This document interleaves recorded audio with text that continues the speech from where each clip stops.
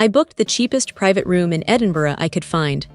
The listing promised a shared flat with friendly hosts.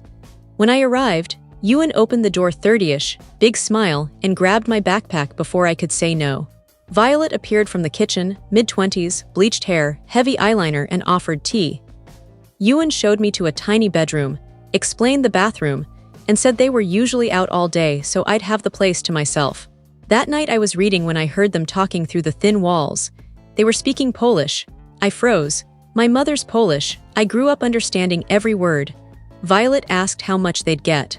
Ewan said Americans always carry cash, and my camera alone was worth at least £500.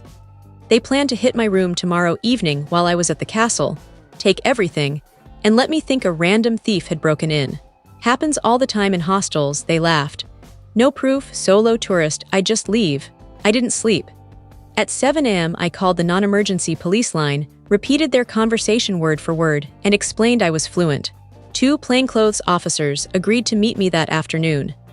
At breakfast, I smiled like nothing was wrong, thanked them for being so welcoming, and told them exactly what they wanted to hear. Castle all day, maybe Arthur's Seat, back around 8. I even suggested we have dinner together and that I'd bring wine. Violet said they'd be home by 6. Perfect. I left at 9 with just my phone and purse, waving cheerfully, leaving my suitcase, laptop, and camera behind as bait. At 4:30, I met Officers Campbell and McLeod nearby. We waited. At 5:12, Ewan and Violet hurried up the street, glancing around nervously. They let themselves in. We gave them 12 seconds to reach the flat, then followed silently up the stairs. The door to the apartment was still open. From the hallway, I watched Ewan stuff my camera into a bag, while Violet yanked my laptop from the desk. "Police, don't move," Ewan dropped the bag. Violet screamed and almost ran, but McLeod blocked her. They tried to claim they were just checking the flat, but the officers weren't buying it.